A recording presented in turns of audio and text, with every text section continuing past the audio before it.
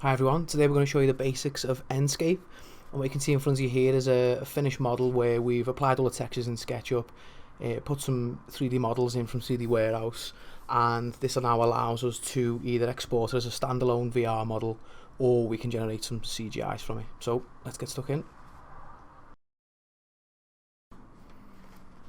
The key to any good CGI or VR model is good quality textures. So first things first, create material, use a texture, and we've got our own set of homemade textures that we've collected through the years. We will make these available at some point. Otherwise, there are good websites out there such as SketchUpTexture.com. And the first thing we're going to do is apply the brick texture. Not before popping a bit of Drake on. And just going to decide on what bricks to go for. Client was asking for a red brick, so just set the view mode to extra large so we can just see what's in the folders. Right, there's a few in this folder where we've made some edits to them in Photoshop, so you can see there the textures appeared. It normally comes in super small, so just change that to 1500mm.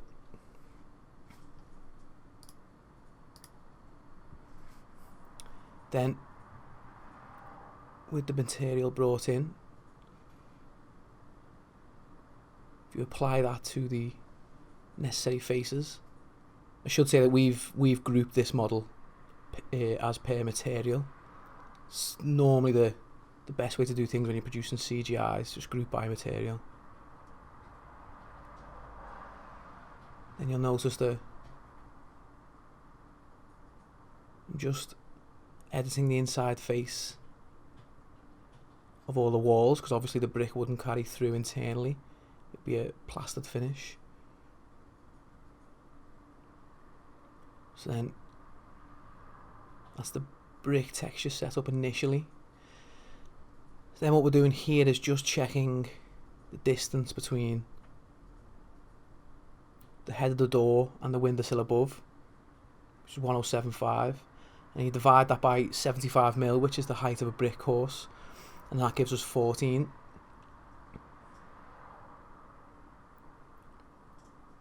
So then if we just iron a larger figure to scale a brick, we can then start to count the courses that 3000mm gives us. So if we just push that to 8000, you can then see we can just figure the number of courses out, get that to 14. So we know now the size of our texture map is correct. We're only going to be showing external shots, so the cheeks of all the window reveals can be in brick for now. Although strictly speaking, you would split that down the middle and put a basic white material on the inside and keep it brick on the outer. But for the purpose of this, we can just keep it to the full length brick.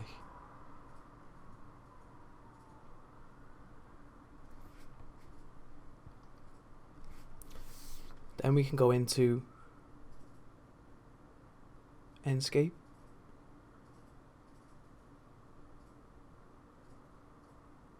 So you just wanted to call up the toolbars there, view toolbars.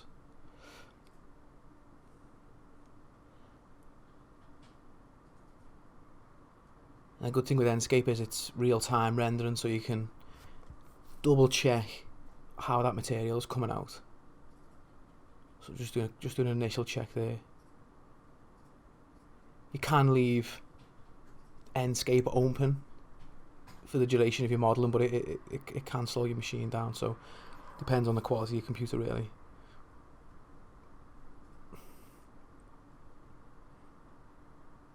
So here I'm just demonstrating that if you mess with the actual shadow sliders in SketchUp, it automatically updates it in Enscape. And here you can start to add some line work if you want to make it look a bit more graphical. Depth of field allows you to focus and add a blur in the backdrop. And some of these other tools are a little bit more self-explanatory. Brightness. The field of view there, you can see I just went to go for the field of view, but because it's matching the SketchUp view, the field of view in Enscape is disabled. So you can see there, you can just mess with it in SketchUp and then it automatically updates. And there's a few other tools there, just keep your rendering quality to the top. Bloom's quite nice again if you want to go for a bit more of a graphical look. Colour temperature, obviously cool and warm. Saturation, we try and keep it on the sort of desaturated side. Just looks a bit more realistic. You don't want it to be too harsh, the colouring. And again, just some additional features there. You may want to add in Photoshop, but sometimes it's quicker to add it in the rendering program.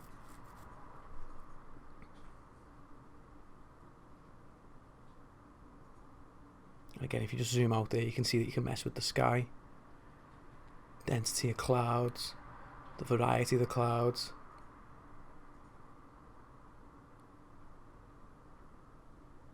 And again, you can mess with the rotation as well. So many intuitive tools in Enscape. Makes it really quick for results. Probably doesn't yield as good an image as a V-Ray or a Lumion, but for the purposes of VR, it's certainly realistic enough. Again, you can just see there we're editing the backdrop, which is quite cool.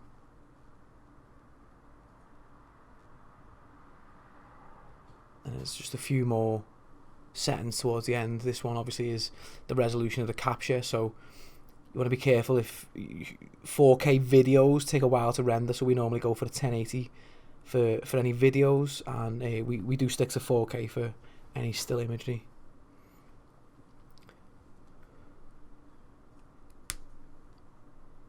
Grass rendering we will get to. And that customization, when you export the VR model, you can customize how that's presented to your client.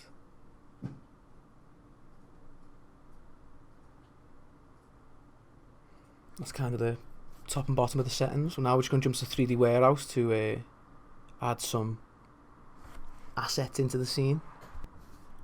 So if we just go for a half decent car to start us off.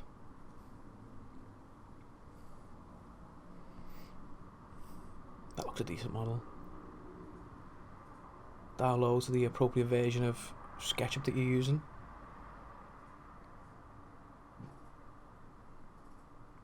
I tend to use 3D Warehouse as a website rather than the components drop down. It's just a little bit easier to navigate.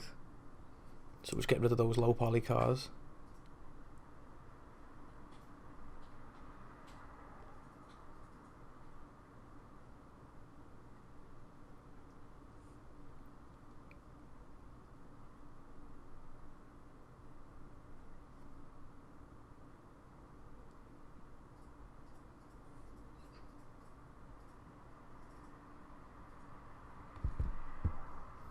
We use Firefox as our internet browser, so it automatically just downloads into your download section. So just open that up.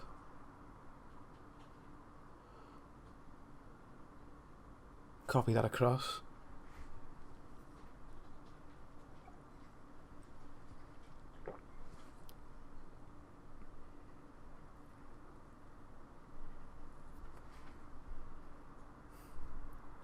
Paste in. Normally just do fix later, sometimes fix now gives unpredictable results. So again, if we just rotate that to suit, just move it across, just roughly where you'd imagine it to be parked.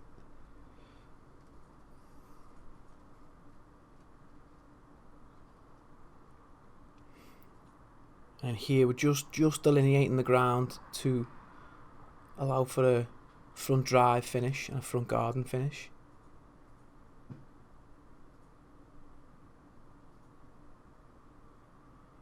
So here we're just designating the garden for now, just with a colour, just so we can better understand where the car is meant to be positioned.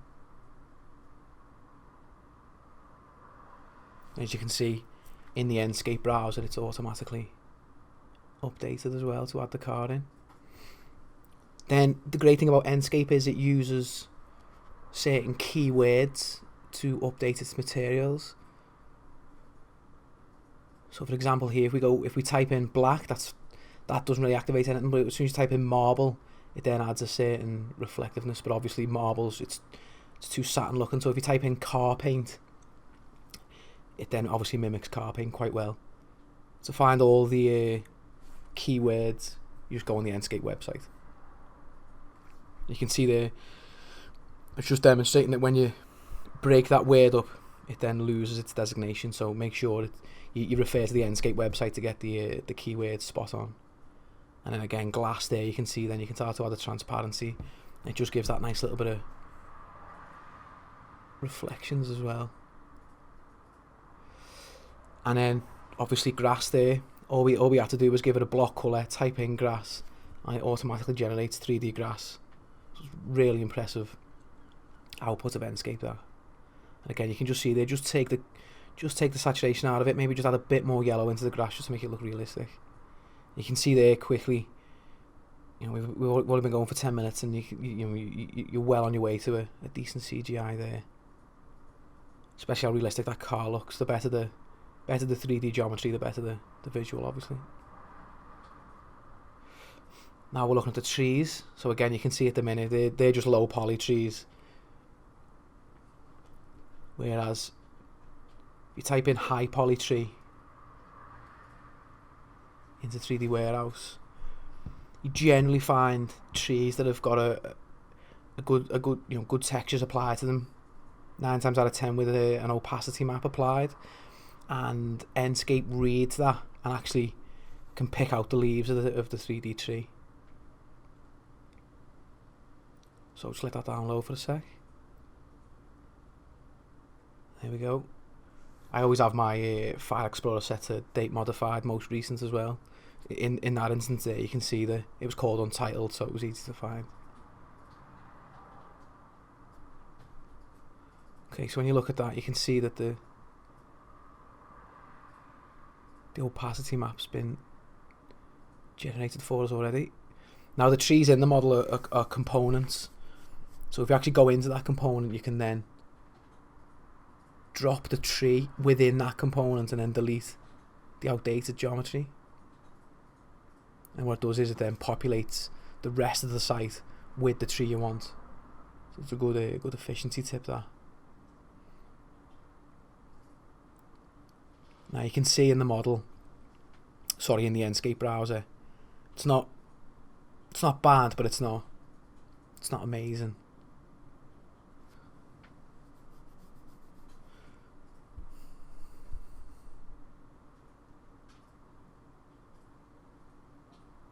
So I think we're gonna just jump to a different tree. So high poly tree didn't get it, so if we just type in 3D tree, you normally get some decent results.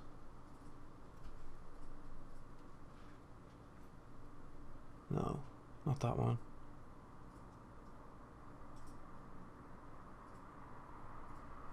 .3D Warehouse can be somewhat of a minefield.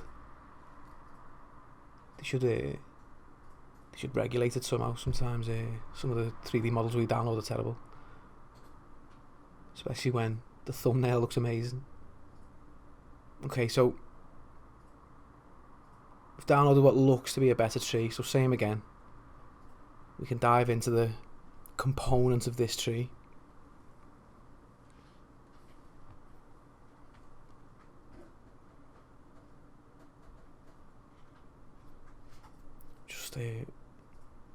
Just gonna add a few more down the side there. Yeah. You can see the tree was kind of getting in the way of our proposed house, so we're just gonna move the tree to the right hand side just so it frames the house. So sorry, just before we get into modifying a tree, just going to just show a curb line.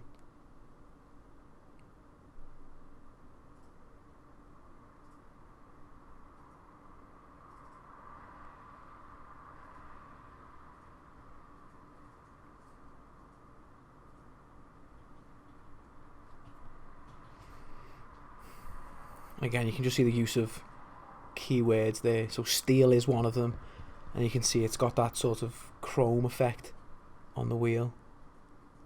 For some reason that window's not quite playing ball. So if we just pick the neighbouring window, material, and then just apply that to the front face. Sometimes you get this with imports. You can see the way it's like sort of like chopping the car in half. So you have to just put up with that, especially when it's a 3D warehouse import. Although you could take it into a separate SketchUp model and explode it and bring it back in, but it's quite time consuming. Just can't quite crack this dodgy window.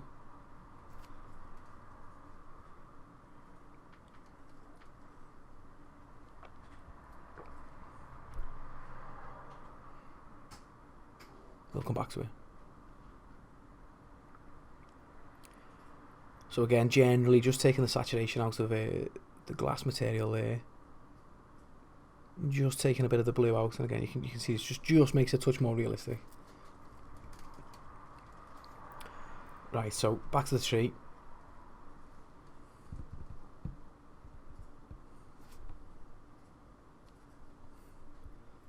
The key here is anything that is making the scene look less realistic, it lets the whole side down. So sometimes you have got to be quite particular about the assets that you use for your visuals.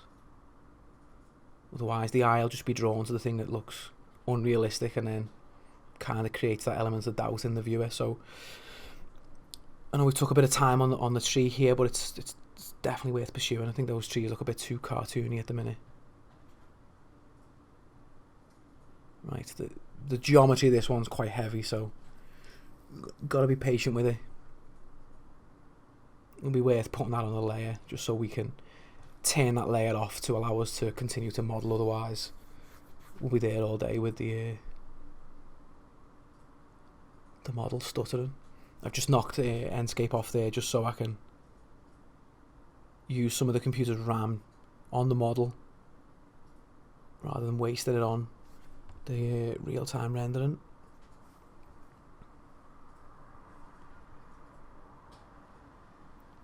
So again, we're just using the previous tree as an anchor so we know where to position the new tree.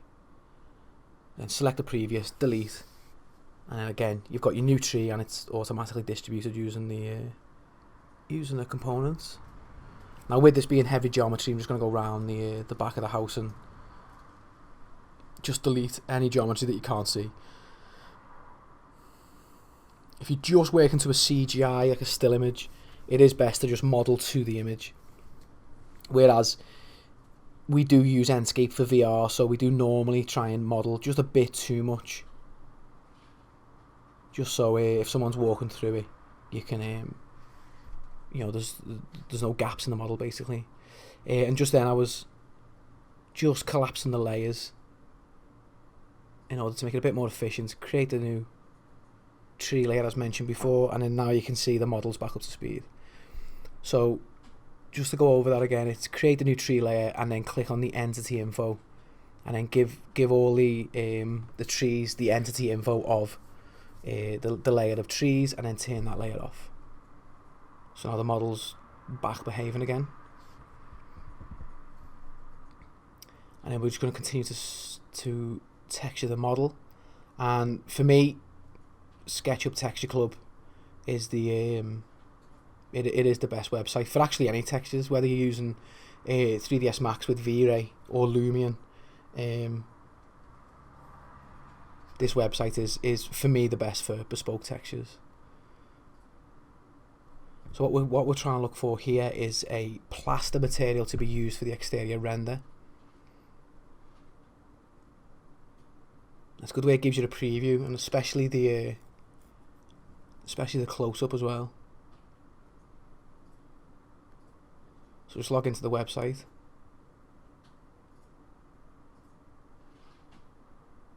We've got a subscription with these guys, so it allows us to download the top resolution. And it normally downloads as a zip. So just refresh there just so it shoots to the top. And then what we tend to do is create a textures folder on the project. Just keeps your filing nice and tidy. And then there you go. We don't really tend to delete the zip. You can see there, just a quick preview of the JPEG. Jump back into SketchUp. Just going to load Enscape side by side. We've turned the trees off now, so it should be a little bit more manageable. And the reason for opening Enscape up before we apply the texture is it gives us live feedback of the success of this material. So again, use texture. Now jump on our jobs folder. That's where we stored the texture. Obviously you can see now it's way oversized. It's actually borrowing from the previous mapping we formed with the brick. So obviously with this being a different texture, size and type, then we can drop it. So you can see there, you drop it to 1000. Looks quite realistic.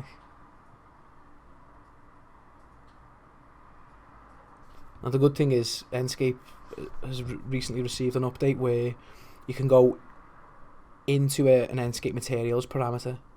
So you can see there's some really good additional tools. So it's given us the option there to create bump maps and reflection maps and things like that. So in order to create those maps, if you've only got the diffuse map, is to crack it open in Photoshop, desaturate. It's got to be completely black and white for it to work as a bump and a reflection map. So we've just blown out the contrast.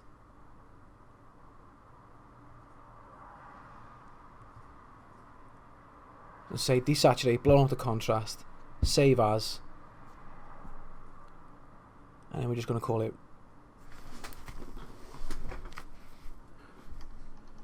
render bump.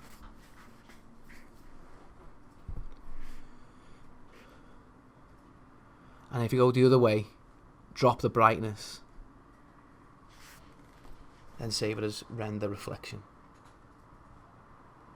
We've then got the appropriate maps to just boost the realism in Enscape, and in there you can see you can add the bump.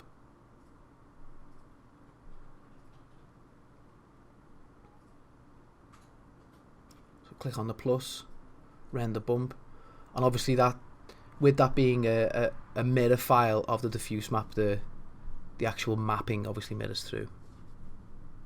You can see there, you can just increase the strength of it, and that looks super realistic now. Reflection, a little bit more subtle, but again it does add to the realism. So that level of control does give it a fighting chance of competing with your higher end rendering programs.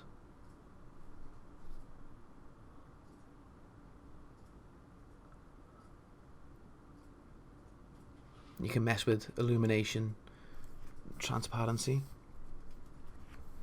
and obviously there's a few options there for other types of materials. So you can see now it's starting to build it up. And then you can't add keywords, but I tend to work to when you're using the bespoke material editor in Enscape, there's no real need then to add the keywords. The keywords are more for simple materials. And the keywords generally, other than grass obviously, generally work to level and type of reflection as well. Whether it's got a satin look or like super glossy look. So you can see there that render now is looking really good. Whereas if you go on the brick, it's still looking a little bit flat. So if we go into the Enscape material editor, we can then add a bump.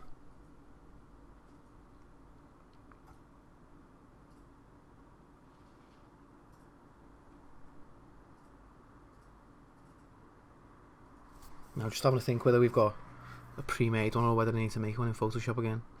Let's have a look. Brick, high res.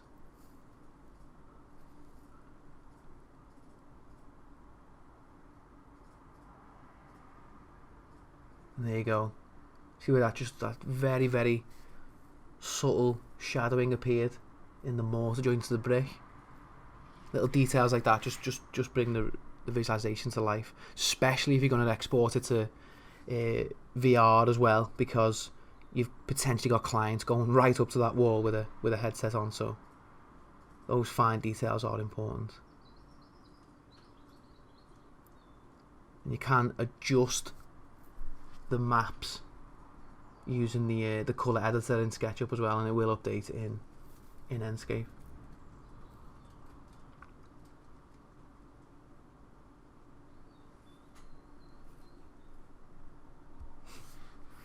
And again, you can see the number of material options there in that SketchUp texture website.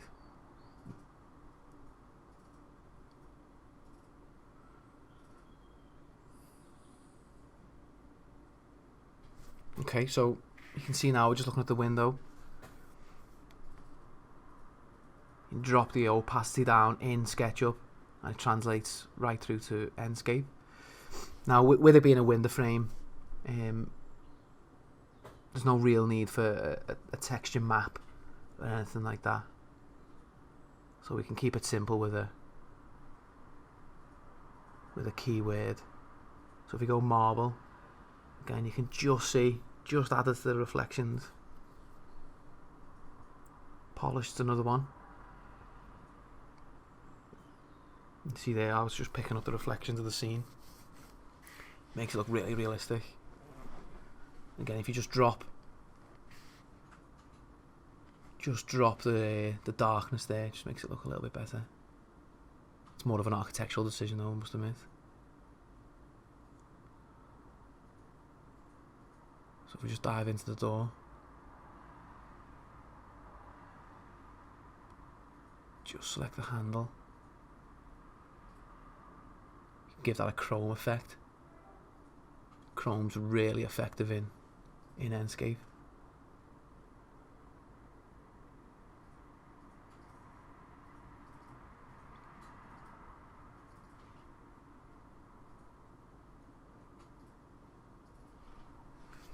Again, just having a little whiz around the model just to see what we can apply the one material to. If you can keep your material part as low as possible, then obviously editing the scene becomes a lot more efficient.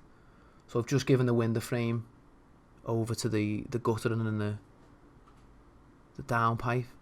So if we choose to go back to edit that, it edits the whole scene, or you know the elements in the scene with that material selected.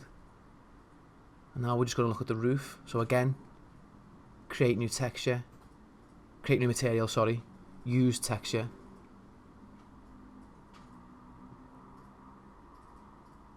Homemade, we've got a series of slate materials.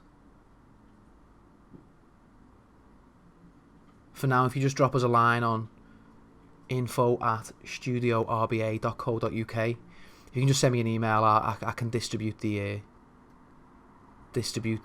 texture library to individuals prior to popping it on the website anyway. Okay, so just going into some of the finer details, the glass on the headlight of the car. You can see there, just drop the opacity, makes it look a little bit more realistic. You can just see the trim to the front grille, make that chrome. It's really realistic now. You'll notice there that That's the downside to using the one material throughout the scene though. Now we've got slate in the road. So if we just give that a different block colour for now, we can then add a texture to that base SketchUp texture. So road diffuse, and then you can see there, look at that.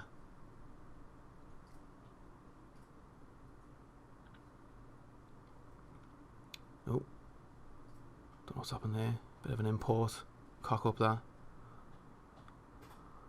Must have been when I collapsed the layers. Yeah, just go around and just sort that out. The good thing is Enscape doesn't really pick up single lines anyway, so it's not visible in the Enscape model.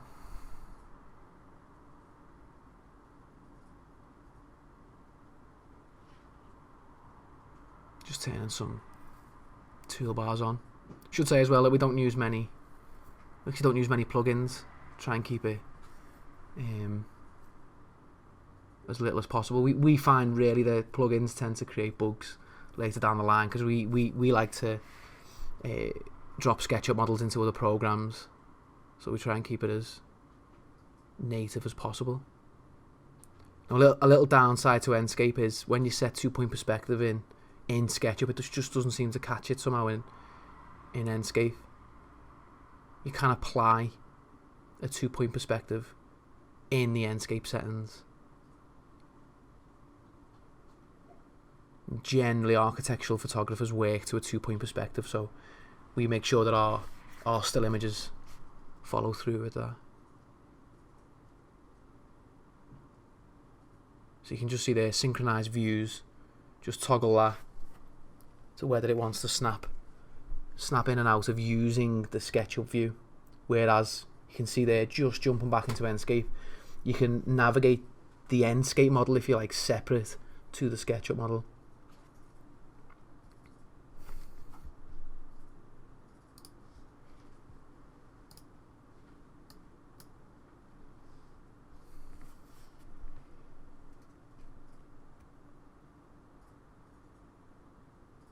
Okay, we've got a 2-point perspective, and then you can export image. The good thing is, because it's a live rendering program, there's no need to hit render. You literally just type export, click export. We were just giving it a file name then.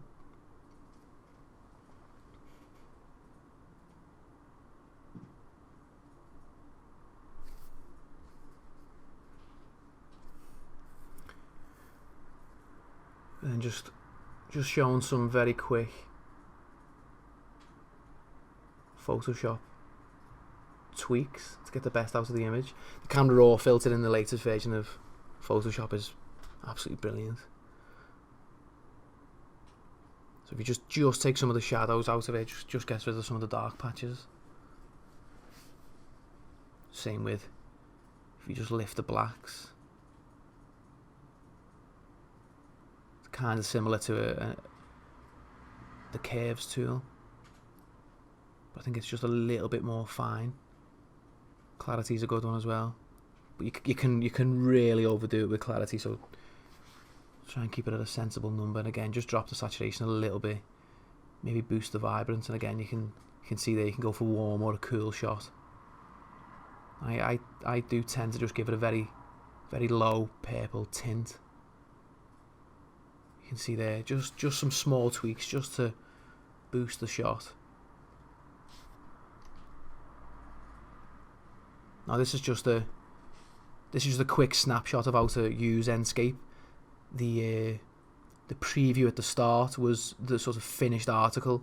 If you just carry on with this model, keep adding the textures, keep adding assets. There's if you type in 3D, people to 3D warehouse, you can get some of those realistic 3D people that we showed at the beginning. And again, if you just continue to tweak it, the sky isn't fantastic, to be completely honest, out of Enscape. So I would normally do a sky replacement if we were gonna use Enscape for still images. And in this instance, we did produce a couple of visuals. That's why at the start of the video the model was so advanced, because the developer wanted to market this house locally. So we just done some basic Enscape shots. For our large developments, we would jump into a more advanced rendering program such as V-Ray. Although if we were gonna show that off in VR, then we would then revert back to Enscape. And you can see here, just having a little mess with the sky, just to make it look a bit more realistic. I think when the clouds are too dense, they just look too pixelated, so it just looks a bit false. So see, just demonstrating some of the sliders. And I tend to think just jump to the extreme so you understand what that slider's doing. Then you can get more familiar with the subtleties of what's what.